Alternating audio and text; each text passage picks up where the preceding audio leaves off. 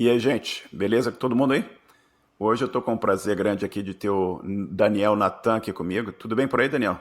Tudo certo, Marcelo? Muito obrigado aí pelo convite. Vai ser ótimo a gente papear aí um pouco e espalhar um pouco mais da nossa experiência, né?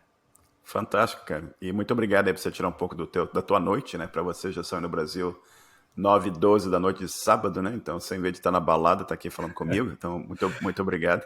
Agradeço muito. E, Daniel, conta pra gente um pouquinho, o que você faz hoje? Qual é o teu cargo hoje? Tá, beleza.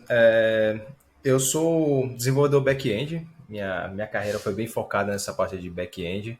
Hoje eu estou atuando no Well Hub, né? O antigo Gympass, que o pessoal conhecia mais. Eu trabalho com bastante coisa hoje lá, então eu tento assumir um pouco mais de responsabilidades além do codar, então estou tentando puxar um pouco mais de responsabilidades, mas apesar disso, eu ainda estou na caminhada, né? A gente já tinha conversado antes, eu sou bem novo, então eu ainda estou pleno ali, estou naquela, sabe, naquela caminhadinha entre um pezinho no sênior e no finalzinho do pleno, então tem sido bacana essa experiência e geralmente é o que eu faço, é transitar nessas duas partes aí. Muito bacana. E, Daniel, antes da gente falar das coisas de hoje em dia, vamos dar uma voltinha lá no passado. Conta pra gente como é que tecnologia, como é que computação apareceram na tua vida. Tá, show de bola. Eu sempre fui muito interessado na parte de tecnologia. Eu digo que um dos meus maiores privilégios assim que eu tive na vida é que desde o ensino médio ali, finalzinho do ensino fundamental, eu já tinha essa, não diria certeza, mas essa vontade de trabalhar com tecnologia. Então, desde sempre eu fui muito interessado. Eu lembro que no meu terceiro ano de ensino médio eu tive algumas palestras e aí foi meio que uma certeza, assim, pô, isso parece muito bacana, parece legal, quero tentar, quero conhecer. Então, sempre tive essa vontade. Então, ali desde o ensino médio eu já começava a fuçar algumas coisinhas e aí foi quando eu decidi prestar o Enem já focado para ciência da computação, que era o que eu tinha de objetivo na época. E aí, a partir disso daí que começou a minha jornada aí na área de tecnologia. Sempre fui muito ligado a jogos também, esse tipo de coisa, e acaba que você sempre fica com aquela curiosidade de tipo, ah, legal, eu curto isso, mas como será que é feito, né? Eu acho que é um pontapé inicial muito normal, assim, principalmente o pessoal da minha geração, assim, eu sinto que é bem, por exemplo, minha turma de faculdade foi bem assim, no começo todo mundo era, eu jogo, eu gosto de jogos e tal, queria ver como é que era feito, e aí foi entendendo que tem muito mais na tecnologia do que jogos e tudo mais, e acho que foi um pouco disso, assim, a introdução na área, do meu interesse, É, pelo eu, menos, né? eu acho que é bastante constante aqui, você, olhando os episódios passados, até meu próprio começo aqui, que o interesse por jogos motiva muitas pessoas a começarem na área de computação, até tentar explorar ou fazer um joguinho, criar um joguinho, né? O que eu queria quando eu comecei também era criar um joguinho no computador, né? E com aquilo você começa a aprender um pouco de programação e vai em frente, né? Mas, Daniel, antes de a gente ir um pouco mais à frente, conta um pouco mais sobre a tua infância no Brasil. Como é que foi a tua infância, como é que foi a tua adolescência, que você contou para mim que não foi muito fácil, não, né? Eu vim de uma origem bem. Eu não gosto muito de dizer precária, porque assim, meus pais eles sempre batalharam muito para não deixar faltar nada. Então, eu vim Perfeito. de uma origem um pouco mais humilde. Meus pais, eles são nascidos de interior, eles são aquele caso clássico do pessoal que nasceu no interior da Paraíba e foi para São Paulo para tentar alguma coisa, e aí Certo. conseguiram alguma coisinha ou outra, e por coincidência eles se conheceram lá, mas eles são os dois da mesma cidade aqui, do interior da Paraíba. E aí eles vieram para cá só com dinheiro para para passar algum tempo e vendo que iria sobreviver, né? Então a gente morou quando eles vieram para cá, eu vim bem criancinha, nasci em São Paulo, mas vim para cá bem criancinha, assim, 2, 3 anos. E a gente viveu num lugar assim bem barra pesada mesmo. Eu tenho muitas lembranças vívidas assim de criança de coisas horríveis, assim, de assassinato. Na frente da nossa casa, assim, pô, era basicamente uma boca de fumo. Então a violência era muito constante assim na minha infância, sendo que é algo que para mim é créditos totais para os meus pais, é que eles se esforçaram muito para isso não ser uma influência para guiar minha vida, né? Então, Uhum. a gente, até os meus 12 anos, a gente viveu nesse local, que é um local que até hoje eu acredito que seja bem perigoso ali. Meus amigos de Uhum. infância, assim, todos, infelizmente, os que não morreram hoje estão presos, ou então estão fugidos, foragidos, é uma parte triste, assim, Perfeito.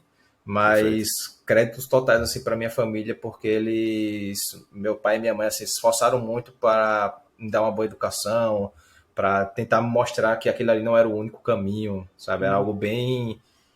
É, é difícil você enxergar uma realidade fora daquilo quando você está dentro. Uhum.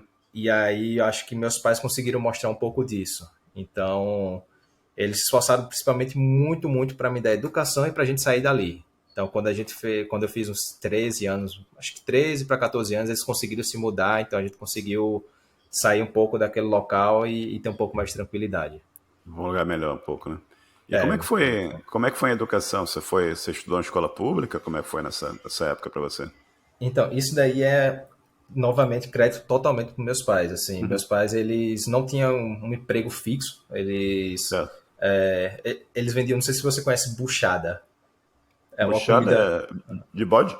Isso, buchada de bode, Uhum. exatamente. Uhum. É a comida bem típica, sendo que, pelo que eles me contam, não tinha tanto aqui. Aí o que meus pais faziam, eles iam para o interior, minha avó ele ajudava lá a fazer, lá as coisas lá eram mais baratas, eles traziam um monte de buchada para cá para vender. E Certo. aí, com isso daí, eles começaram. A prioridade número um deles era pagar uma escola para mim. Uhum. Porque eles tinham muito medo de. Porque para mim eu sinto muito que a escola ela acaba sendo mais impactante para o seu desenvolvimento, para o seu crescimento, Perfeito. para como você vai enxergar as coisas do que até mesmo ali seu dia a dia fora da escola, né? Porque você passa muito, a Uhum. criança passa muito tempo dentro da escola. E aí eles sempre priorizaram muito colocar numa boa escola. E Uhum. aí era, às vezes, podia faltar dinheiro de pagar energia, de pagar água, mas eles queriam que eu estudasse numa escola particular. Então, Certo. eu fui muito privilegiado nisso. Minha vida inteira eu sempre estudei numa escola particular, não era a melhor escola, mas já era uma diferença muito grande, sabe? E, cara, não é mole não, né? Mas é bacana de... Alô? Pô, eu tô te escutando. Acho que voltou. Voltou? Caiu aí? Voltou. É, aqui eu tava te escutando, normal. É. E deu uma caída, né? Mas voltando aqui, eu falei, não é mole não, né, cara? Mas, como você falou, o esforço dos seus pais de vender buchada e conseguir um dinheiro para pagar a tua escola, né? Que é uma coisa realmente fantástica que isso deve ter tido um impacto assim enorme na tua vida, né? E você mencionou o Enem, né? Então você passou no Enem e você foi estudar em qual foi a universidade que você foi estudar? Isso daí, quando eu passei pro Enem, eu tinha uma decisão muito difícil a se fazer. Eu passei Uhum. para a Federal daqui da Paraíba, que era uma cidade aqui próxima, que é a cidade de Areia. E era o curso que eu estava mirando era ciência da computação. Na época a gente não tinha tanta informação de qual curso é melhor, qual curso fazer. A nossa referência ali para a área de tecnologia era ciência da computação, pelo menos ali no meu Perfeito. meio, né? Uhum. Então eu tinha a opção de ir para essa faculdade que era numa cidade próxima, sendo que surgiu uma oportunidade de fazer uma prova para ganhar bolsa numa faculdade particular daqui. Uhum. E aí eu fui como não queria nada, fiz essa prova, passei, ganhei uma bolsa muito boa. Assim, tipo, isentou mais de 70% do valor da mensalidade. Certo. Então, aí eu meio que fui medir os custos que seriam ir para outra cidade, me manter lá, e o que eu iria gastar nesses, acho que foi com 75% de desconto. Nos 25%, os 25% era muito mais em conta. Uhum. Então, e nessa época eu já estava trabalhando, eu já trabalhava com meus pais, já ajudava, então eu já Certo. conseguia ganhar alguma coisa. Falei, vou fazer na particular mesmo, aí eu fiz na Unip. O que, estranhamente para mim, hoje eu digo que foi meu maior acerto profissional. Uhum. Porque talvez a gente entre nisso mais à frente, né? Mas a faculdade federal aqui, ela é integral. Então, Certo. você não existe a possibilidade de trabalhar Perfeito. e fazer a faculdade, enquanto a particular aqui era só à noite. Então, Uhum. por conta disso, eu tive muito tempo para partir para a parte prática. Uhum. Sabe? Então foi um acerto assim, foi meio que na sorte, né? Porque eu não tinha esse conhecimento, mas com Certo. sorte eu consegui vincular bem assim trabalho e estudo. Certo. E a universidade chamava Unip? Isso, Unipé. A Universidade da Paraíba ou é uma sigla para a Universidade da Paraíba? É, o nome dela acho que é Centro Universitário de João Pessoa, sendo que o Unip não bate com o nome dela. É verdade. E esse curso é um curso de ciência da computação que você falou, né? Isso, bacharel. E como é que foi o curso? Que tipo de disciplina que foi apresentado? Que tipo, como é que foi como é que eram as aulas, no laboratório? Que você aprendeu nessa época desse curso? Aí? Na época, especificamente nessa faculdade, ela atualmente foi vendida pelo para o Cruzeiro do Sul. Então, eu não sei Certo. como é que está hoje, né?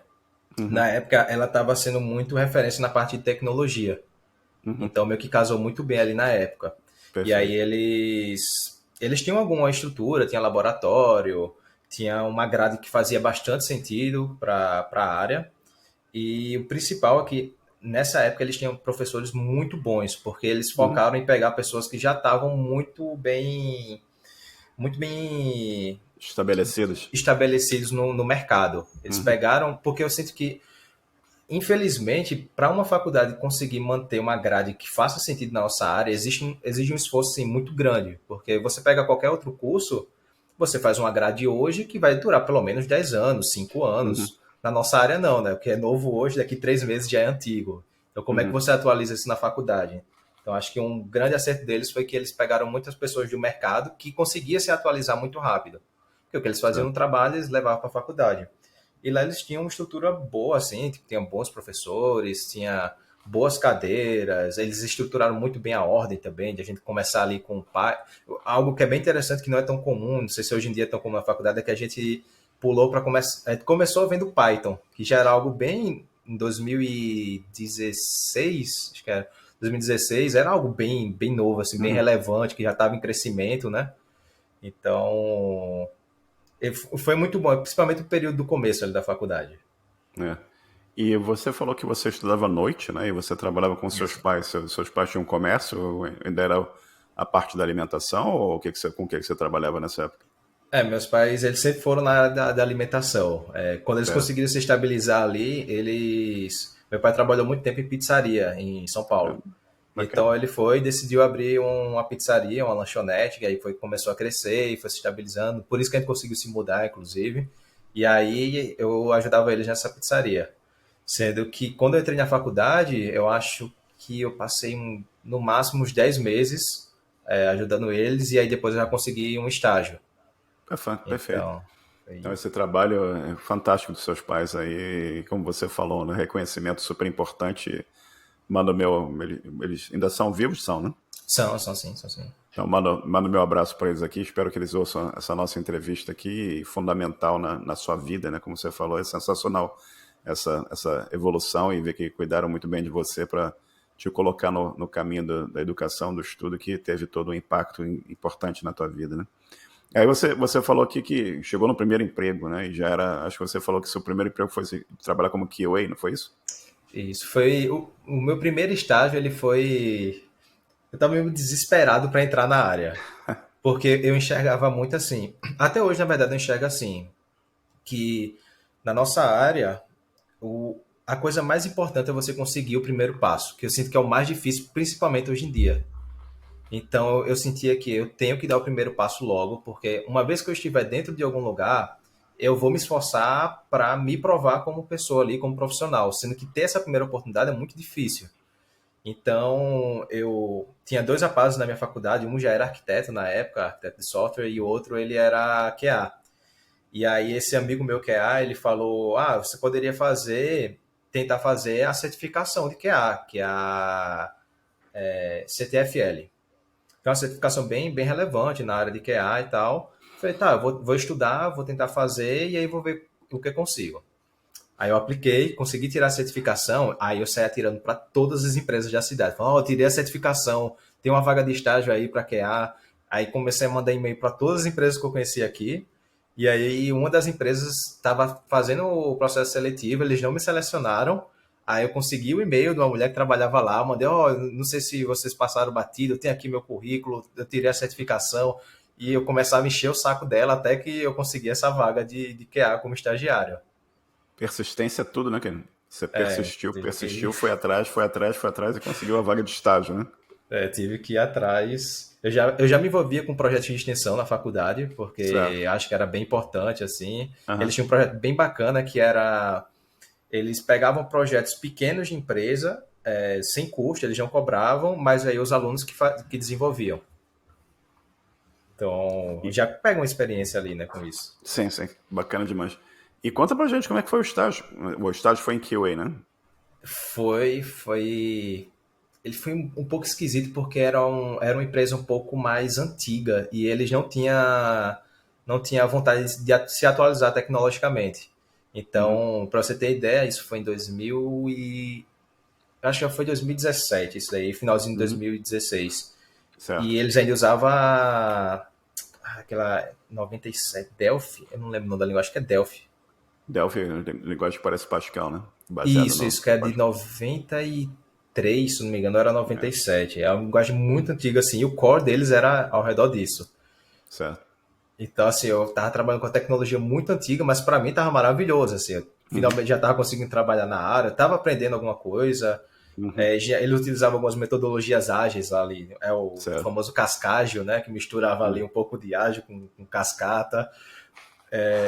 E aí eu trabalhava mais como QA mesmo, sendo que, assim, sempre foi assim, trabalho como QA, mas qualquer oportunidade, eu sentava no lado do desenvolvedor, chegava lá e perguntava, como é que tu faz isso? Como é que a gente corrige isso daqui? Posso te Certo. acompanhar para ver como é que você corrige, sabe? Sempre tive essa Uhum. vontade de ir para a parte de back Certo. mesmo. Certo. E você foi efetivado eventualmente nessa vaga ou como é que foi? Não, acho que esse estágio eu passei uns 4, 5 meses porque eu era menor de Uhum. idade. Ah, tá. Eu não podia ser efetivado. E é como eu acho que eu não cheguei a comentar, mas talvez eu tenha falado com você que eu entrei na faculdade um pouco novo, entrei com 16 anos. Caramba. Então, É. eu aproveitei muito a questão do tempo também. Foi algo que eu Uhum. sempre tive muito focado na minha vida, que estou entrando na faculdade mais novo, é um privilégio muito grande, então tenho que usar esse tempo. Sim, eu Certo. sempre abdiquei de muita coisa. Eu nunca fui um cara de ir pra festa, nada do Uhum. tipo. Eu sempre fui muito focado nisso. Tanto que também não tinha muito sentido ir pra festa. Eu sou casado Uhum. hoje, a gente tá junto há 10 anos já. Então, desde os meus Caramba. 15 anos que a gente tá junto. Caramba. É sensacional, cara. Parabéns. Mas aí você pegou Sim, esse estágio, ficou 4 meses e como é que foi? Como é que a coisa progrediu desse estágio aí pra frente? eu passei 4 meses nesse estágio como Uhum. QA. E aí, quando eu fiz 18 anos, assim, certo, assim, uma semana depois, aquele meu amigo que me indicou a área de QA, ele já tava vendo que eu tava desenvolvendo bem, e falou, por que tu não vem para cá? Uhum. E aí ele me chamou para lá, sendo que na mesma época uma empresa de consultoria muito grande, muito nacional, ela também mandou proposta para mim. E Certo. aí foi na mesma época, eu fiz o processo seletivo das duas, passei para as duas, sendo que tinha uma diferença assim de dobro de salário de uma para outra, Caramba. sabe? A Caramba. empresa É. desse meu amigo, ele tinha um valor X e essa empresa multinacional estava 2x. 2x. É. E aí foi a primeira vez que eu tive que tomar aquela decisão de para onde ir, qual que seria melhor para minha Certo. carreira. Uhum. E algo que eu tenho até hoje é que assim, eu entendo muito o valor do dinheiro. Eu entendo que infelizmente hoje a gente tem a valorização do funcionário está muito ligada ao quanto ele ganha. Uhum. Então, infelizmente, a gente tem isso ainda hoje. Sendo que na época, sendo que não é algo que me motiva, até hoje não é algo que me motiva, assim, sabe, a questão financeira. Uhum. É um pouco hipócrita, porque a gente sabe que é uma área que ela é muito bem remunerada, Sim. mas eu tento não fazer com que a remuneração seja nenhum fator determinante para me tomar a decisão. Certo. E aí, na época, eu enxergava muito que tendo essa empresa, tendo esse rapaz aí que era meu amigo, como mentor, que ele já tinha alguma experiência, eu iria crescer e dinheiro seria algo, uma Uhum. consequência. E aí eu decidi ir para a empresa que pagava metade do salário mesmo, mas visando que eu iria evoluir muito ali naquele local. Ia ter muito espaço de crescimento. Você foi trabalhar na empresa do que o seu amigo tinha recomendado a você. E aí eu fui para essa empresa, que era uma empresa de Sensacional. produto próprio. Uhum. E qual era a stack de que vocês usavam lá? Lá a gente usava o finado Protractor, não sei se você conhece. Não conheço, não. Você conhece o Selenium, né? O Sim, sim. Selenium, Selenium, pronto, conheço. lembra quando teve aquele boom do Angular? Sim. Que foi ali, acho que foi de 2015 para 2017, tudo era Angular. E aí o Certo. Selenium, ele não tinha suporte para testes com Angular. Ele não conseguia Uhum. pegar muito bem os componentes. E aí surgiu o Protractor. Eu não lembro se foi a Google que estava envolvida, mas o Protractor, a proposta dele nós somos um Selenium que dá suporte a Angular. Entendi. Então, aí a gente fazia automação lá, focado com Angular. Aí lá eu comecei aquele negócio de você não tem só aquela função, você tem que aprender a fazer outras coisas. Então eu mexi muito com o banco lá, acho que eles utilizavam Postgres mesmo lá. Eles só tinham relacionais na época.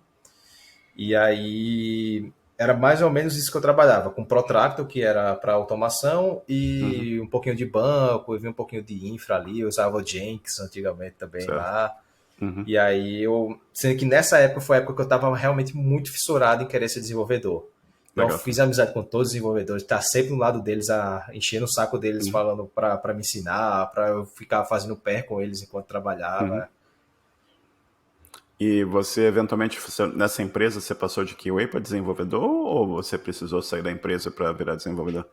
Não, eu passei um ano nessa empresa, e Certo. aí no final desse um ano, um dos meus professores da faculdade queria muito que eu fosse trabalhar na empresa que ele trabalhava, que era aquela primeira empresa que a multinacional que fez a proposta na mesma época.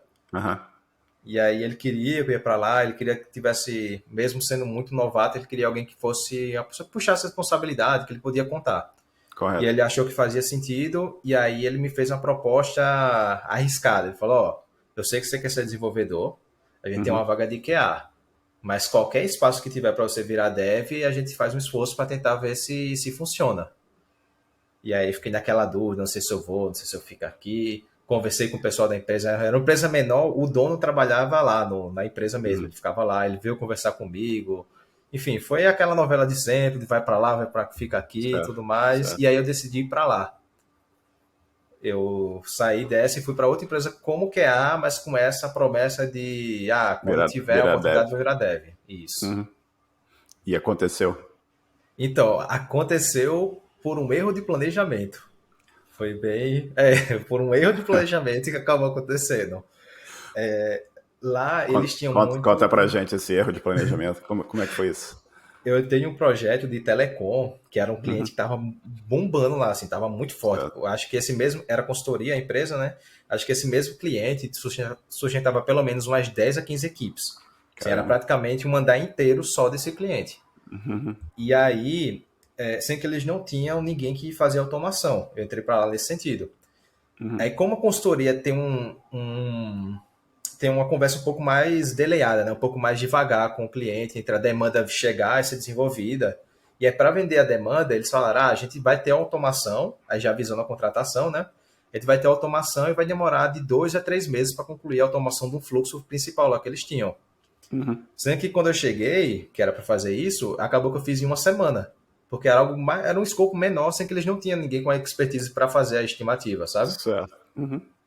E aí deu essa uma semana e falei, e aí, o que eu faço? Aí, como eu estou na consultoria, não estou no cliente, eles não tinham muito bem como me realocar. Aí um dos arquitetos de lá chegou e falou, tu sabe desenvolver?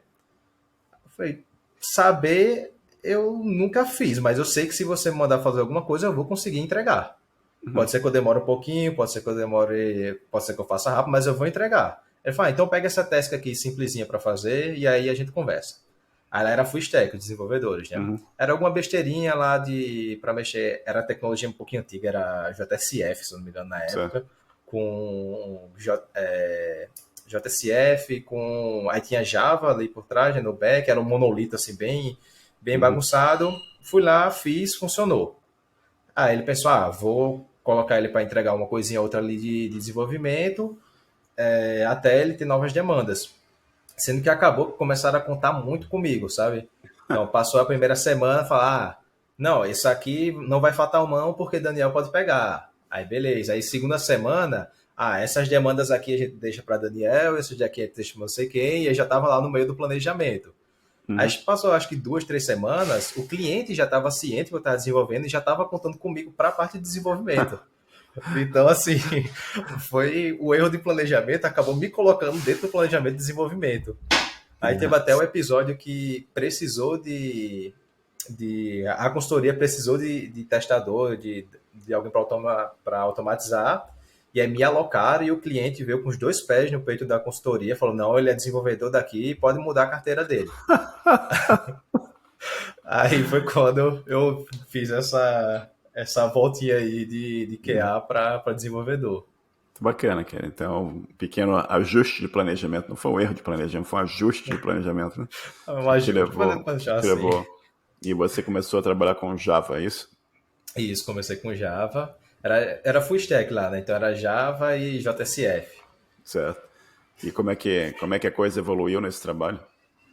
Cara, esse trabalho era, por ser uma empresa muito grande, né? É aquele lance do navio e da canoa, né? É muito mais fácil você dar uma volta numa canoa do que no navio. Então essa Certo. empresa era muito difícil de fazer mudanças. Uhum. Então era tecnologia muito antiga. Aí a gente tentava colocar ali um Spring na época, alguma coisa assim, mas era um esforço muito grande para ter isso aprovado e tudo mais. Sendo que eu sinto que uma parte muito importante do nosso trabalho é não enxergar tantas coisas ruins e começar a absorver o que tem de bom para aquele lugar entregar. Então, para mim, ali foi uma escola total, porque, Uhum. beleza, ela não me agregava tanto em tecnologia, mas ela me obrigava, eu, júnior, com um mês de experiência como desenvolvedor, a lidar com cliente, a Uhum. lidar com múltiplos times, a puxar responsabilidades, a ter planejamento, enxergar negócio, produto. Então, eu sinto que eu evolui muito lá nessa questão de soft skill, em comunicação, em, em enxergar mais o macro, sabe? Então, eu evolui muito nisso, mas infelizmente a parte de tecnologia ficava bem fraquinha. Teve uma época lá que eu Uhum. peguei uns projetos em Angular, com Java também, com Spring, que era um pouquinho melhor e tal, mas ainda estava assim, 2 anos atrás de tudo, pelo menos, sabe? E você ficou quanto tempo nessa consultoria? Nessa consultoria eu passei uns 2 anos e meio, mais ou menos, que foi até o começo da pandemia. Eu passei um tempinho da pandemia lá, sendo que por ser essas empresas mais tradicionais, as empresas maiores, eles precisavam de esforço muito grande para se adaptar à pandemia, né, ao home office. Eles eram totalmente contra a política de home office, então Uhum. foi um choque muito grande para eles e eles não se adaptaram muito bem. Então, essa parte ali da pandemia foi bem difícil porque não existia horários, Certo. parou de ter reuniões, era mais assim, tem que entregar, e eu trabalhava muito com prazo legal. Por ser telecom tem muita questão de prazo legal também, né? Uhum. E aí, um dos projetos que eu trabalhei, por exemplo, era uma parte de grampo, de grampeamento de ligação, que foi utilizado inclusive Uhum. até na Lava Jato. Então, era um Certo. projeto que, assim, a parte legal tinha que estar muito alinhada, senão a multa era por dia, então tinha muita pressão. E aí, na pandemia, por não ter planejamento, tinha dias que eu trabalhava de 8 da manhã a 8 da manhã do outro dia, assim, sem Com- parar. Uhum. Conta um pouco mais pra gente o que é essa coisa da coisa legal, do aspecto judiciário, né? Tem certos contratos que têm datas que precisam ser cumpridas e tem que entregar aquele funcionalidade, é isso? É, exatamente isso. E Uhum. aí, como é que funcionava esse prazo legal? O prazo, ele era repassado para a consultoria. Então, vamos supor que o governo emitiu alguma lei, alguma coisa que tem que entrar em vigência dia 8 de dezembro. E aí, em nível de contrato, basicamente, era a cada dia que o cliente ele atrasasse, né, ele ia ter que pagar o valor X de multa, Uma penalidade, né? e se era um valor assim bem grande. Então, nessa época tinha muita pressão pra gente que, mesmo na época eu era júnior lá, e mesmo assim chegava em mim coisas tipo, se tu não entregar isso hoje, aí vai ter um prejuízo de 200 mil, 300 mil reais e vai escalar. Então, a pressão vinha muito forte por conta desses prazos. Certo. E era uma empresa de telecom o cliente, né? Isso, é uma empresa bem Bacana, grande de telecom, assim, talvez uma bacana. das maiores aqui do Brasil. É.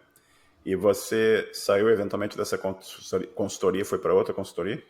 Isso, sair dela para ir para outra, que é uma empresa que é aqui na cidade de João Pessoa, na época ela estava sendo muito bem conhecida, porque ela estava contratando muitos funcionários aqui. Eu posso falar o nome dela sem nenhum problema, que era a Envilha, que foi uma empresa que ela fez crescer muito o mercado de João Pessoa, o que é irônico, porque eles são lá de Araraquara.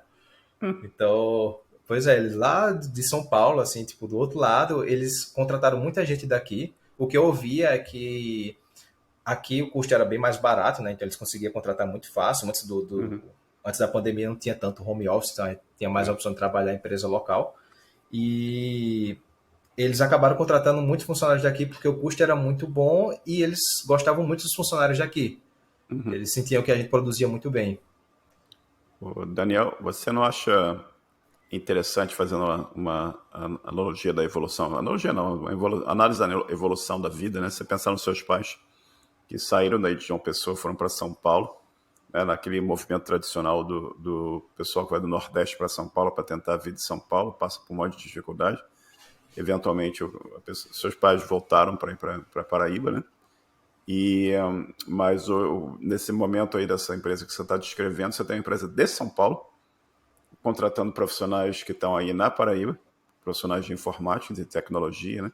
É bem interessante essa evolução social, né? No momento que você surgiu surgiu como chama aí, João Pessoa virou um polo de tecnologia também, né? Começou a ter talento disponível aí para empresas de São Paulo contratarem gente aí. É incrível isso, né? Essa transformação. E também tudo que a gente vê novamente o impacto da educação, né? Você vê a educação ajudando no surgimento desse polo de tecnologia aí, né? Bacana, bacana demais, hein? Mas aí, você foi para essa consultoria e como é que foi o trabalho lá? Esse foi um paralelo muito bom, assim, nunca parei para pensar, mas realmente, assim, é bem interessante, né, esse movimento. Nessa consultoria, eu entrei a princípio para trabalhar num projeto muito legal, assim, era algo muito inovador no Brasil, que Certo, foi um projeto da C6 Bank, que era o C6 Yellow, que era o primeiro cartão de crédito para menores de idade. Então, certo, assim, eu já estava com aquela vontade de sair da, por conta da qualidade de vida mesmo, que estava caindo muito, de varar muita madrugada, de trabalhar dias certo. seguidos e tudo mais. E aí, com esse plus desse projeto que é algo bem chamativo, pô, vou ir com certeza. E aí, nessa consultoria, eu trabalhei desde o dia zero desse produto até o dia do lançamento. Isso é bacana demais. Foi assim, foi uma experiência bem única, assim, para mim. Eu sinto que eu trabalhei, por ser algo muito organizado, eu ainda sinto até hoje que eu trabalhei pouco para o que a gente entregou, sabe? Uhum, Mas eu sinto que é mais uma questão de, assim, eu tava vindo num ritmo tão acelerado que qualquer coisa ia parecer pouco, assim, ia parecer uhum, pouco trabalho, mas a gente uhum. entregou ali o produto, foi bem bacana. É. E aí, como era consultoria, você sabe como é meio assim, meio complicado, que às vezes é um cliente que está pagando para o projeto de outro cliente e tudo mais. Então, tipo, a questão contratual era entregar o produto e aí encerrava o contrato. Uhum. E aí, na época, a gente entregou o produto, algumas pessoas foram internalizadas, outras preferiam ficar, eu preferi ficar também. E aí eu fui para outros projetos. E aí o projeto que eu fui foi justamente o do Gympass. Hum. Foi nessa mesma Você consultoria. saiu desse projeto do C6, o projeto do C6 acabou, e você foi para o projeto do Jim Pass, que era o cliente da consultoria agora. Isso, E exatamente. E antes, aí, lá. antes da gente falar do projeto do Jim Pass, como é que era a stack do C6? Que era que você estava trabalhando com o que nessa época? Era Java ainda também ou algum outro tipo de Não, aí lá eu estava trabalhando com Kotlin. Foi meu Kotlin? primeiro. Eu fui contratado para trabalhar como Kotlin ali, quando eu saí de uma Uhum. consultoria para outra.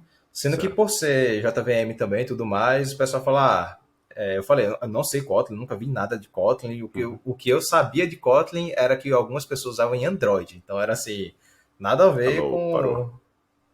Por aí? Tá me parou, escutando? parou. Parou um pouquinho, mas voltou agora. Tá, beleza. Eu tava falando que o que eu sabia de Kotlin era que algumas pessoas usavam para Android, só isso. Uhum. E aí o pessoal fala, não, a gente entende, mas se você sabe Java, você vai aprender Kotlin facilmente, pode vir tranquilo. Aí, beleza, fui para lá. E aí eu trabalhei com Kotlin. Foi lá a primeira vez que eu ouvi falar do conceito de BFF, Certo. inclusive. Lá eles tinham uma estrutura do BFF bem diferente, utilizando as ferramentas do Google, utilizando o APID, não sei se você conhece. Explica para nossa audiência o que é BFF. Tá, o BFF ele é basicamente ele é um projeto intermediário, é um serviço que ele vai servir ao front-end. Ele é um back que vai servir ao front-end. Então, normalmente a função dele está ali ligada em buscar dados, ajustar os dados e retornar para o front. E aí a gente pode aplicar isso de diferentes maneiras. Tem algumas pessoas que utilizam isso para ter menos versões de aplicativo, por exemplo, e você Uhum. conseguir controlar a partir de um serviço intermediário. É, Tem pessoas que utilizam só como realmente um meio intermediário para o front não bater diretamente no back-end, como um Uhum, gateway da vida.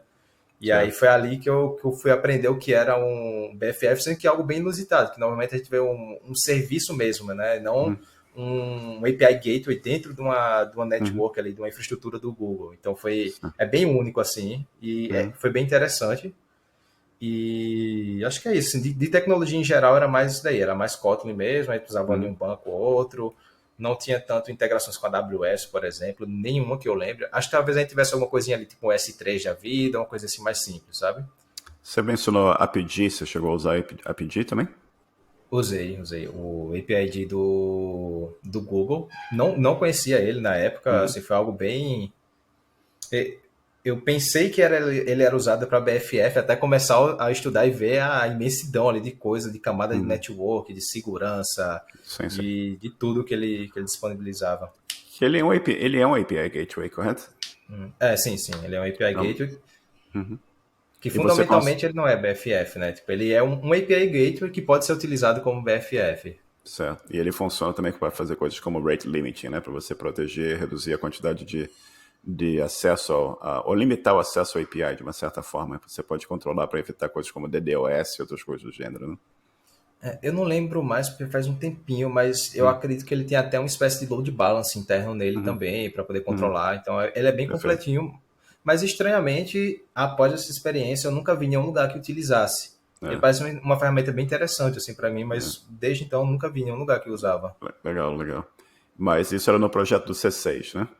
Isso, isso. Aí você foi pro projeto do Gympass. Como era a stack deles? Era Kotlin ainda? Aliás, antes da gente mudar do Kotlin, uma coisa que eu sempre ouço as pessoas falando é que o Kotlin você escreve muito menos do que o Java, né? Ele é menos verboso que o Java. Bem parecido, mas menos verboso, né? E procede isso ou o que você acha? Eu sinto também que é porque, querendo ou não, o Java está muito vinculado ao paradigma ali, está muito vinculado à orientação a objeto, né? Enquanto o Hum, Kotlin não tem tanto esse vínculo. Então ele já dá uma liberdade ali maior. E também eu sinto que ele é menos verboso. Ele tem a questão do no safe que deixa um código mais limpo também. Você hum, consegue ver o código mais clean. Mas, sinceramente, usando os dois, eu não sinto tanto diferença em questão de curvas de aprendizado, por exemplo. Assim, certo, é algo muito parecido, é muito próximo. certo. E como é que era a stack do Gympass? Então, aí no Gympass foi engraçado porque eu fui para continuar o desenvolvimento em Kotlin, né? Eram os Certo. projetos em Kotlin, sendo que surgiu uma iniciativa lá bem bacana, algo Uhum. muito, muito legal mesmo, que era tudo em Go. Golang. E aí eu Uhum. pensei, olha, eu já tinha ouvido falar de Go, sendo que eu nunca Uhum. tinha estudado nada, né? Sendo que pelo que eu já tinha lido, o ponto principal do Go, assim que eu via que todo mundo falava, é uma curva de aprendizado muito suave, muito Uhum. tranquila. Eu cheguei lá dos líderes e falei, ó, não sei Go, mas eu posso garantir que se você me der uma semana e meia, eu vou estar desenvolvendo em Go e vou conseguir assumir esse projeto. Uhum. Posso ter essa Cai dentro. confiança, esse voto de confiança aí, vocês podem contar comigo. O pessoal fala, vamos lá, vamos testar. Vai fazendo um pé ali ou outro, porque a iniciativa era muito bacana, assim. Eu sou uma pessoa que acaba me envolvendo muito com o produto. Uhum. Tipo, me chama muita atenção o produto. Quando o produto é legal, eu trabalho com mais vontade, sabe? Tipo, eu, Certo. eu vejo que eu estou fazendo algo que eu consumiria, por exemplo, ou algo que vai agregar na vida dos outros. Isso acaba Legal, sendo bacana. bem chamativo. Bacana. E aí acabou E, que eu fiquei trabalhando um ano lá com Go, só com Go. uhum. Mal toquei Uhum. em Kotlin. Muito legal, cara. Muito bacana. E eu trabalho em Go e você, se eu não me engano, aqui, eventualmente o Gympass fez um convite para você para mudar para o Gympass, não foi isso? Isso, isso. Conta um pouquinho pra Acabou. gente sobre esse convite, como é que foi isso? Teve. Ali na pandemia tava tendo muitas situações difíceis para várias empresas, né? Tinha uns que Hum, subiam, outros que desciam, e aí às uhum. vezes tinha a questão de layoffs e tudo mais. E Certo. aí uma parte do contrato entre as duas ali pode ter ficado sensibilizada. Eu não sei muito ao certo o que aconteceu, porque Uhum. é algo mais para a diretoria, mas acabou que surgiu a oportunidade de eu ser internalizado. Uhum. Eu estava amando ali o produto, gostava muito da equipe que eu trabalhava. Certo. Pensei, pô, faz total sentido. Eu tinha a oportunidade de ir para outros lugares também. Eu tinha. Eu trabalhei durante 2 meses na PAG, Uhum, sendo que aí surgiu essa oportunidade, pensei, faz muito sentido para mim. Eu queria continuar trabalhando um pouco mais com Go também, tipo, uhum. era uma vontade que eu tinha. E aí eu falei, pô, quero ir para lá, deu tudo certo lá, conversamos e acabou que eu fui internalizado. E aí desde então eu tô no El Hub, né, o antigo, na época quando eu Uhum, entrei era o Gympass. uhum. E você tá chama Noel Hub agora? O El Hub. Perdão, Well Hub. Não, Noel Hub. Acho que tá na época do Natal, já tô com Noel na cabeça aqui. Aí você mudou o nome de Jim Pass para Well Hub, né? Isso, E isso. esse trabalho, a empresa é totalmente remota? Como é que funciona? Eles são baseados onde? Eles são totalmente remotos, mas eles Uhum, têm escritórios, eu não sei todos os lugares, mas eu sei que eles têm em São Paulo, uhum. tem em Portugal, tem Legal. na Espanha, Uhum, e eu não sei se eles têm. Provavelmente deve ter em algum outro país que eu não estou lembrando, mas eles têm os legal. escritórios, mas pelo que eu entendi, é um lance mais opcional, o pessoal ir. Uhum, Quando tem alguns eventos, ele reúne o pessoal lá. Eu nunca fui no escritório deles, eu uhum. sempre trabalhei daqui de uma pessoa mesmo, Certo. mas eu sei que existem esses escritórios lá. E você continua trabalhando com Golang, né? Atualmente, eu transitei entre muitas linguagens, sabe, na minha carreira. É? Então, atualmente eu estou trabalhando bastante com Kotlin ainda, Kotlin? mas isso, com Kotlin. Alguns serviços eu trabalho em Scala, Hum, que é bem diferente. uhum, Pessoalmente, eu até hoje, assim, mesmo trabalhando com Scala, eu acho uma linguagem muito difícil de entender. É uma linguagem uhum. que eu sinto que ela é muito mágica, assim, você tem que. É muito estranho você ver um import não ser utilizado e você não querer apagar ele, sabe? Certo. Então, para quem vem ali de Java, para quem vem de Kotlin, é um pouco não tão intuitivo, assim, você vê, pô, Certo. se tem um import não sendo utilizado, eu vou apagar, mas não, o Uhum. Scala ele utiliza ali várias ferramentas, vários mecanismos por baixo dos panos que você não pode tirar o import. Se tem um import não sendo utilizado em Scala, pense duas vezes antes de apagar ele. Você pode, E com Go também, um pouquinho. você pode contar um pouquinho mais sobre o teu dia a dia e quais são os principais desafios assim que você encara todo dia como desenvolvedor? Sim, claro. Acho que eu tenho aquela rotina padrão, né, de desenvolvedor, de pegar aquelas tarefas e executar e tudo mais, sendo que eu estou bem no, como eu falei lá no começo, eu estou nessa transição ali de assumir mais responsabilidades. Então, minha rotina tá bem diferente do que era o usual. Eu estou tentando puxar muitas iniciativas para mim, então meu dia a dia basicamente é ver como está a iniciativa, conversar com as pessoas que estão envolvidas com ela para entender como é que tá os status. Eu tenho bastante reunião de alinhamento, a gente tem uma proximidade muito grande com o produto, a gente tem ali também reuniões com o produto. E Uhum, meu dia a dia é basicamente esse, assim, é bastante reunião de alinhamento e a outra metade é bem desenvolvimento mesmo, botar a mão na massa. uhum. Acho que é um dia a dia bem padrão do desenvolvedor ali mesmo, né? De Certo. reuniões e desenvolvimento. Conta pra gente, o pessoal que tem aqui, nossa audiência, nem todo mundo tem familiaridade com o trabalho, né? Muita gente tentando entender se é o que eles querem fazer. Você falou um termo aqui, produto. Explica para a nossa audiência o que é o produto, o que é a interação com o produto, o que você faz com. Você está trabalhando junto com o time de produto. Conta pra gente um pouquinho. Existem muitas empresas diferentes, né? E algo que a gente consegue ter mais noção como pessoas de fora da área são os produtos, né? Uhum, E o produto em si você vê um aplicativo, por exemplo, você enxerga ele ali como produto, né? E o que é essa interação que a gente tem? A gente tem dividido muito estabilizado entre engenharia, que é quem desenvolve aquele produto, e as pessoas de produto, que são as pessoas que planejam e vê como aquilo ali vai ser entregue para o usuário. Acho que é uhum, uma maneira de se descrever. certo. Então, a gente tem esse equilíbrio entre a viabilidade técnica e a visão de produto daquilo ali que está sendo desenvolvido. E aí a gente tem que ter muito alinhamento para nenhum do lado desbalancear tanto, né? A gente tem que ter Uhum. esse equilíbrio. E o Daniel, conta pra gente um pouco como é que é o mercado, como é que é a comunidade de TI aí em João Pessoa, como é que é? Uma pergunta que geralmente as pessoas fazem para a gente lá no grupo dos programadores é como é que elas se envolvem no trabalho, né? Como é que elas conseguem o trabalho? Aquela coisa que a gente conversou um pouquinho mais cedo aqui, aquele primeiro estágio, aquele primeiro trabalho é sempre uma coisa difícil, né? Porque geralmente a pessoa por mais que ela tá aprendendo alguma coisa por conta própria, que esteja, não tem network, não conhece gente.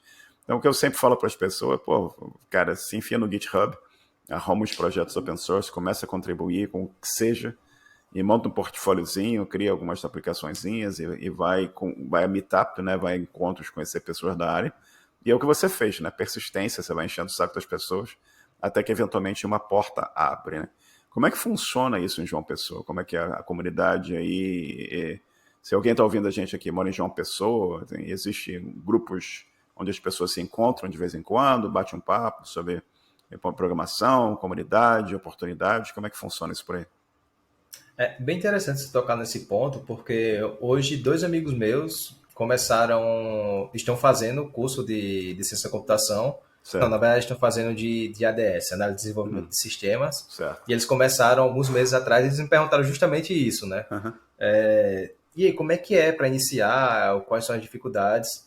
E algo que eu, pessoalmente, tá, é minha visão aqui, principalmente para o mercado aqui em João Pessoa, que eu enxergo é aquele que a gente disse, na primeira oportunidade dela é muito difícil. E o que eu falei para eles é, cara, primeiro de tudo, eu entendo o atrativo pelo dinheiro, eu entendo a parte monetária, mas primeiro de tudo, se a sua motivação for dinheiro, vai ser muito difícil você se manter na área, porque ela é algo que se você não gosta, ela vai destruir você. Uhum. Porque assim, é algo que você tem que ter prazer em fazer aquilo ali, porque senão você não vai conseguir fazer. É algo que Certo. exige do seu mental, é algo que exige das suas vontades mesmo. E aí a outra coisa que eu falei para eles é, cara, tenta se inserir na primeira oportunidade aqui local mesmo. Porque o que eu sinto é que do pós-pandemia ficou muito difícil conseguir vagas remotas para quem está iniciando. Porque a quantidade de desenvolvedor que tem hoje, de pessoas almejando a primeira oportunidade, aumentou muito, principalmente com uma coisa que, pessoalmente, assim, eu me senti muito mal em ver, foi os vendedores de cursos milagrosos. Uhum. Acho que fez muito mal para nossa área, assim, Com eu ficava certeza. muito revoltado quando eu via uma propaganda de faça os seus primeiros 20 mil em uma semana de estudo. E a pessoa ali na pandemia desesperada, vou fazer esse curso, vou pagar, tirar aqui 1.000, 2.000 reais que eu tinha para me manter durante um mês, 2 meses, É. para pagar isso e aí quebrar a cara. Então, assim, Uhum. isso acabou inflando muito nossa área. E aí, felizmente, aqui em João Pessoa tem muita empresa local ainda Uhum. de tecnologia. E aí, o que eu sempre aconselho pro pessoal que está iniciando aqui é, velho, chega lá e faz o que eu fiz, manda um e-mail, chega lá em alguém, fala, tem alguma oportunidade de estágio, tenta buscar esse primeiro passo aqui mesmo, vai Uhum. ser ruim, eu acho, assim, em sentido de qualidade de vida. Tá Uhum. sendo bem sincero aqui, pelo menos na época que eu trabalhei aqui, as empresas são muito mais predatórias, por serem empresas mais tradicionais, Uhum. mas eu acho que existe um ganho também nisso, sabe? Você se esforçar, você acabar trabalhando mais, tendo menos qualidade para colher um pouco melhor daqui 6 meses, um ano. Porque o difícil é o primeiro passo. O que eu sinto é isso. Uhum. E como é que as pessoas daí que trabalham hoje, que têm já uma experiência como você ou como outros na área, elas costumam se envolver na comunidade para ajudar os outros também? Tipo, isso aqui que a gente está fazendo, né? A gente estava tendo um papo aqui que o objetivo aqui é ajudar os outros, né? Inspirar outras pessoas a seguirem caminhos semelhantes que você seguiu, né? Eu não sei se aí tem algum tipo de trabalho realizado com instituições universitárias ou alguma organização que, por exemplo, faz doação de computadores para comunidades carentes. Como é que funciona isso aí? Você tem alguma informação sobre como é que você tem algum tipo de iniciativa que as pessoas possam procurar para assim, participar e ajudar os outros também? Essa faculdade que eu tinha feito, eles tinham um Uhum. projeto muito bacana, que era bem parecido com o que vocês fazem, inclusive, Uhum. que era, eu não vou me recordar do nome do projeto em si, mas a premissa do projeto era, se você está com o computador quebrado, está com algum computador que você vai Uhum. descartar, manda para a gente, que a gente desmonta, pega as peças que funcionam, monta novos computadores e distribui Perfeito, na comunidade. perfeito. Então, eu, sendo sincero, eu não sei se hoje eles ainda mantêm esse Uhum. projeto, porque teve a pandemia ali no meio, não sei se eles conseguiram se manter esse projeto, mas Certo. era uma das iniciativas bem legais, assim, que eu achava lá.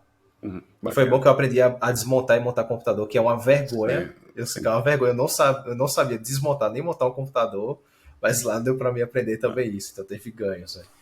E é interessante você mencionar isso também de montar e desmontar o computador, né? Porque eu acho que parte da dificuldade que eu vejo das pessoas hoje em dia que estão querendo aprender a programar, ou tudo, que todo mundo que acha que já tem que aprender algum framework, né?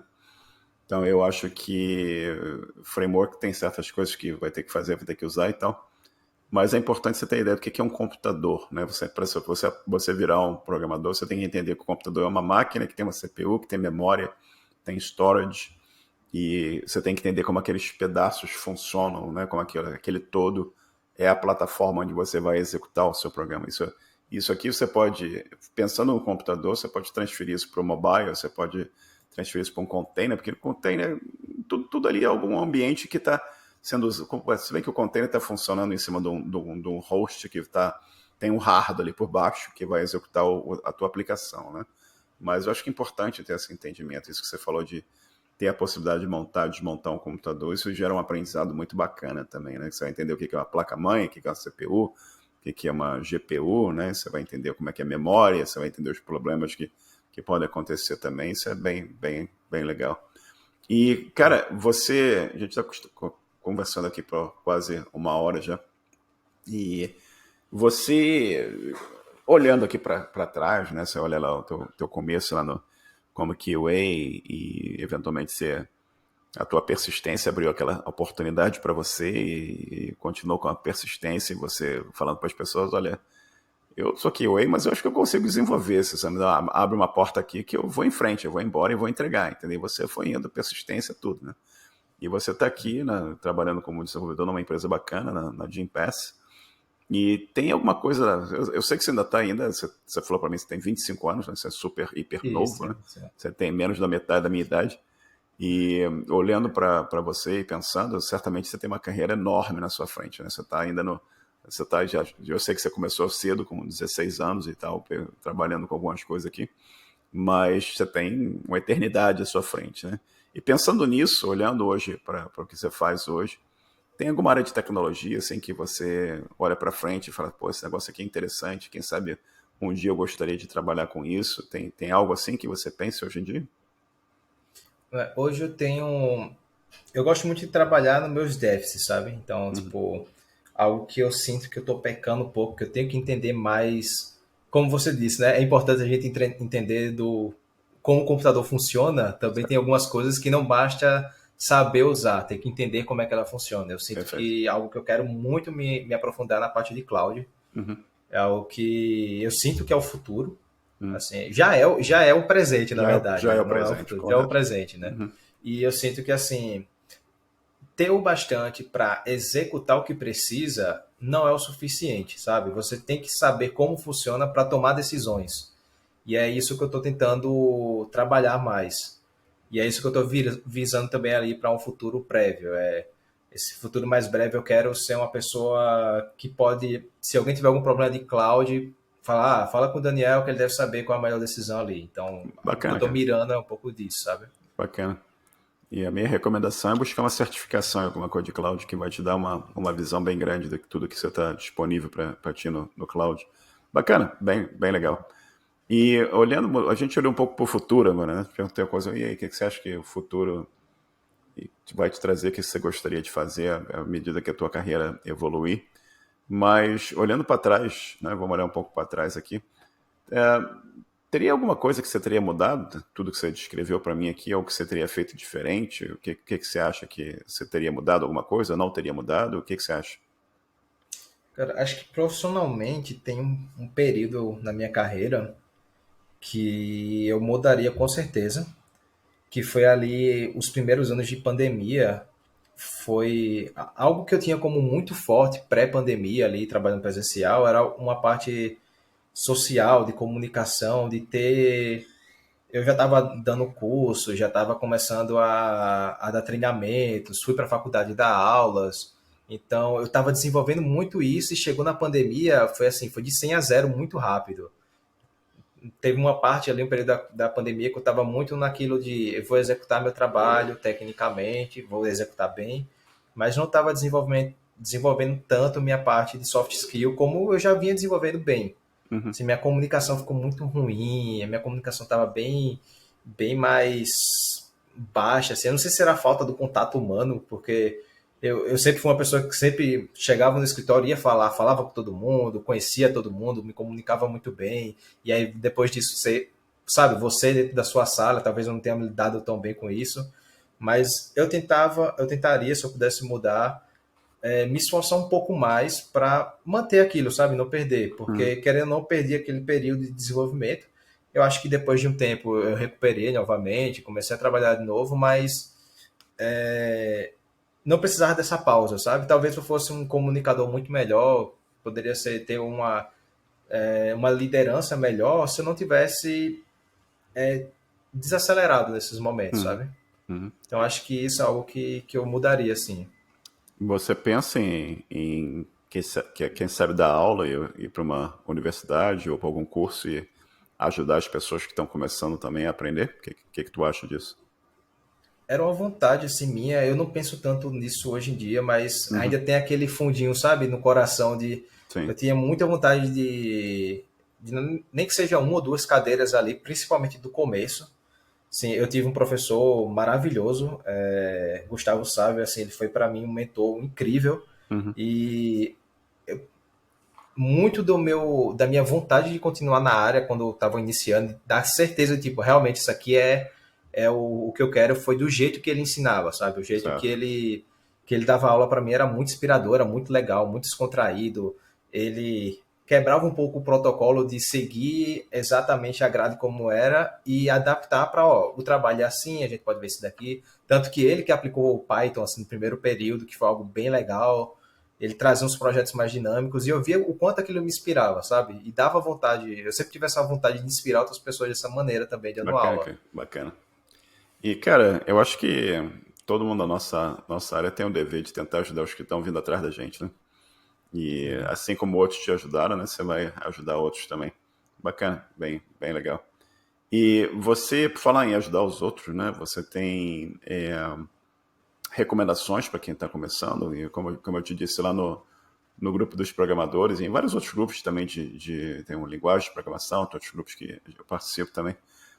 As pessoas estão sempre perguntando, tipo, pô, o que eu faço? Por onde que eu começo? Eu quero virar programador. Ainda tem alguns que acham que você criou Uber em uma semana, entendeu? Você tem alguma recomendação para quem está começando? O que você acha que funcionou para você? O que você acha que você recomenda que eles devam fazer para eventualmente ter uma claridade maior do que como é que eles vão conseguir evoluir naquela área? Cara, pessoalmente, eu acho que uma coisa muito importante é não se apegue tanto à linguagem que você não precisa, se você precisa de uma oportunidade, não tem porque você está batendo porta, sabe? Então, assim, não se apega tanto à linguagem. Eu vejo muito que na comunidade tem muito esse lance de, odeio tal linguagem, eu odeio tal linguagem. Cara, linguagem, no fim das contas, é algoritmo que importa. O importante é você saber o que deve ser feito. A linguagem é só um modo de transcrever aquilo. Não se Hum, apegue tanto assim. Claro que é bem mais do que isso, né? Mas a grosso modo seria isso. E outra coisa que eu queria dizer é, cara, você não precisa ganhar o mundo em um mês. uhum, Então, foca em se desenvolver, porque financeiro ele é só uma consequência. A área ela é abençoada, todo mundo aqui é privilegiado trabalhar numa área dessa. uhum, Então, assim, não comece a estudar pensando, daqui 2 meses eu vou ser milionário. Não. uhum, Pensa assim, daqui a 2 meses eu vou ser um desenvolvedor ainda melhor. E aí o dinheiro certo, vai ser uma consequência. perfeito. Sabe? Eu falo isso muito para o pessoal que eu conheço que tem muito interesse em ingressar na área. Uhum. Bacana demais, cara. Ótima recomendação. E por falar em mais recomendação, você tem dica de livro, música, jogos, filmes, ou sei lá, ou qualquer coisa que você goste e gostaria de aqui compartilhar com as pessoas da nossa audiência? Não sei se o pessoal que vai estar assistindo conhece, mas eu sou uma pessoa que gosta muito de anime, então tudo Ah, isso legal. daqui. Fiz uma viagem recente para o Japão com minha esposa para passar a lua de mel, e aí Ok. tudo isso aqui foi de lá. Então, pô, de indicação, não faz sentido eu indicar algo que é muito conhecido, né? Então, algo que não é tão conhecido que eu indico de anime, por exemplo, seria Erased, que é um anime bem curtinho, 13 episódios só, que é assim, incrível. Eu acho que é bom para quem não conhece e para quem conhece esse mundo aí dos animes. Uhum. E tem outro também que é o Anohana, que eu tenho até uma tatuagem aqui, ó, Ah, da legal, cara. Rosinha, que é 11 episódios também. Acho que é a coisa mais triste que eu já assisti na minha vida, mas é incrível, assim, você se sente bem imerso. E esse Eraser tá disponível onde? YouTube, alguma coisa assim? Ou O Erased até alguns meses atrás estava na Netflix Netflix? e o Anohana tá no Crunchyroll, que Perfeito. é a plataforma só para animes. Crunchyroll. Isso, Crunchyroll. Perfeito. E você falou uma coisa aqui que a gente não tocou no nosso papo aqui, se for o Japão. Conta um pouco pra gente sobre essa. Foi uma viagem de lua de mel para você. Parabéns, né, pelo Isso. casamento. Obrigado. E como é que foi essa viagem para o Japão? Como é que foi como foi a experiência? Pode contar um pouco pra gente? Claro, foi incrível. Foi minha primeira viagem internacional. Hum. Então, eu e minha esposa, a gente fica brincando que a gente queimou largada, porque era o lugar que a gente mais queria ir. E a gente, em vez de explorar por aqui pertinho antes de ir pra lá, a gente foi direto pra Já lá. foi para lá. E foi assim, foi. Sabe aquela sensação que você foi para um mundo totalmente diferente? Parecia que eu tava em um lugar, assim, que não tinha nada a ver com o que eu já tinha visto na vida. Assim, é bizarro. É sofrido para chegar lá, viu? Hum. Não vou mentir, porque Como é que você daqui de chegou? uma Como é que você pessoa. chegou? Foi daí para São Paulo, de São Paulo para o Chile? Como é que você voou para lá? Foi daqui para São Paulo, que são 3 horinhas mais ou menos. Certo. Teve 10 horas de escala em São Paulo. Por Aí. sorte, eu tenho família lá. Aham. Então, eu aproveitei para rever minha família, minhas primas Certo. lá. Minha família é muito grande, então eu tenho Certo. mais de 100 primos, para você ter Legal, ideia. legal. Então, Caramba. passou um tempinho lá. Aí a gente foi de lá para Londres. Aí Hum. eram umas 12 horinhas, 10 horinhas de voo para Londres. Certo. Perdi meu voo lá. Foi Ai. assim, foi horrível. Ah. A escala era uma escala bem curta, e aí o Hum. voo atrasou, e aí perdendo, mas a gente resolveu. E aí de Hum. Londres para o Japão eram 15 horas. Ai. E aí é mais Ai. sofrimento. Mas vou Então, dizer que valeu a pena, tá? então É incrível, você, incrível, incrível. você cruzou Europa, Ásia para chegar no Japão. Foi isso que você fez? Você foi. Basicamente. Não tem nenhum voo que você vai. Se bem que a opção seria você vir para onde eu moro aqui na costa do Pacífico, no Canadá, no Vancouver, e daqui você ir para o Japão também, acho que do Chile você não tem autonomia de voo para você subir tanto para. Talvez se fosse para a Austrália, mas enfim, deve ter que vir. É, mesmo assim é Talvez. longe, né? Tem que ir para Los Angeles, que é outro lugar, né? Você pode ir para Los Angeles Aham. e de Los Angeles você vai para lá também. Mas, cara, e você. É. Uma coisa que eu não te perguntei, mas a gente fala um pouco mais do Japão. Você fala inglês? Você aprendeu inglês? Como é que. Eu não sei como, mas eu aprendi inglês com a vida. Acho que pode ter sido um pouco dos jogos, um pouco de Tá. série, um pouco disso. Aí eu acabei que tipo, eu desenvolvi o inglês. Eu não tenho um inglês refinadíssimo, Certo. mas eu consigo me comunicar, consigo entender, consigo expor minhas ideias. E Uhum. uma coisa que me ajudou muito foi esse período no Dual Hub, Legal. porque por contratar pessoas de muitos lugares do mundo, tem algumas pessoas que só falam inglês. Hoje, Perfeito. por exemplo, nossa maior referência na parte de produto, ela só fala do meu contexto, do meu time, ela só fala inglês. Certo. Então, esse exercício do dia a dia, tá sempre falando inglês, acabou que desenvolveu Certo. bem. Perfeito. Mas, ó, para quem tem vontade de ir para o Japão, não pense que o pessoal lá fala inglês, tá? Assim, é uma ou outra pessoa que vai falar e tudo mais, você vai ter que desenrolar um pouquinho de japonês, ele vai ter que desenrolar um pouquinho de inglês para conseguir se comunicar. Então você chegou lá, você chegou em Tóquio. Você deve ter entrado por Tóquio, né? Isso, fui Você por foi, Tóquio. você foi a que cidade por lá? Lá a gente foi para Tóquio, passou alguns dias, aí a gente desceu para Kyoto, Uhum. de Kyoto a gente foi para Osaka, Uhum. e aí de Osaka a gente voltou para Tóquio. A gente queria fazer Hiroshima e Nagoya também, Uhum. sendo que a gente gostou tanto de Tóquio que a gente quis voltar mais cedo para Tóquio para aproveitar e fazer outras coisas lá. E aí agora a gente tá devendo, vai ter que ir de novo pro Japão para visitar essas outras cidades que a gente Bacana. deixou passar. Bacana demais. E Tóquio é uma cidade enorme, né? E é incrível assim a cidade, sabe? Ela tem um pouco de tudo. A parte mais calma dela, você vê realmente que a parte mais calma, e a parte frenética, assim, é loucura, é luzes, é pessoas por todo Uhum. lado, é bem, bem bacana lá. E você falou que você se virou bem lá, misturando português, inglês e japonês? Eu fiquei meio que misturando um pouquinho de tudo ali e Uhum. deu certo. Às vezes ficava meio difícil, aí ia pra mímica Uhum. também. Uhum. Mas, enfim, deu pra desenrolar. Certo. Mas as pessoas lá têm o inglês mais ou menos, assim, sabe? Nem Uhum. todo mundo fala inglês lá tão bem. E o sushi lá é bom mesmo? Você acredita que eu só comi sushi uma vez lá? Sério, cara? Sério, lá tem muita comida boa e assim, a culinária lá é tão vasta Certo. que acaba que sushi assim uma coisa que você lembra, eita, tem Uhum. sushi ainda para provar, Uhum. né? Porque tem muita comida quente, por exemplo, lá que é muito Certo. boa. O gyoza, o curry, Sim, sim. o ramen deles assim é sensacional. E tem Mas picanha? sushi é bom, tá? Tem É bom. picanha? Picanha até, mas tem o aguil, né? Que tá ali pau a pau. Picanha ganha por um pouquinho, né? É, certo. Mas o aguil Bacana, lá cara. é sensacional. Bacana demais. E qual vai ser a próxima viagem? Vai ser para onde? Para o Japão de novo ou para outro lugar? Então, a gente tá pensando aí, a gente tá com muita vontade de ir de novo no Japão, sendo que até o que você falou, né, de Los Angeles, a gente Uhum. não tem visto americano. Uhum. Então, a gente tá pensando, vamos pro Japão e aproveitar e tirar logo o visto, pelo menos o de Uhum. trânsito, porque a passagem é muito mais barata, assim, é Certo. metade do preço, pra você ter Uhum. ideia, de Certo. diferença de ir Se você for pelos por Estados ela, é. Unidos. Sim, sim. É, porque Isso. trajeto menor, né? Trajeto bem menor. E, cara, é bacana demais isso, né? Pô, me conta, nunca foi ao Japão, não. Tá na minha lista. E pra mim, vergonhosamente, pra mim é um voo direto, né? Então, quem sabe Eu conheci um não. rapaz de Ah, aí que ele falou, é brasileiro também, mora, eu acho que ele mora em Toronto. uhum, E aí ele falou, nem sabia que era possível esse voo, é, porque eles foram pelo polo, assim, atravessou o polo inteiro e meio que deu a volta pelo globo, é. sabe, assim. Para nós aqui em Vancouver, eu vou direto. São 10 horas de voo, eu chego em Tóquio, entendeu? Então é bem mais Pô, perto que maravilha. para você, né? E, cara, novamente a gente está aqui, para você já são aí 10h18 da noite, né? E você tem alguma pergunta que eu não fiz que você gostaria que eu tivesse feito?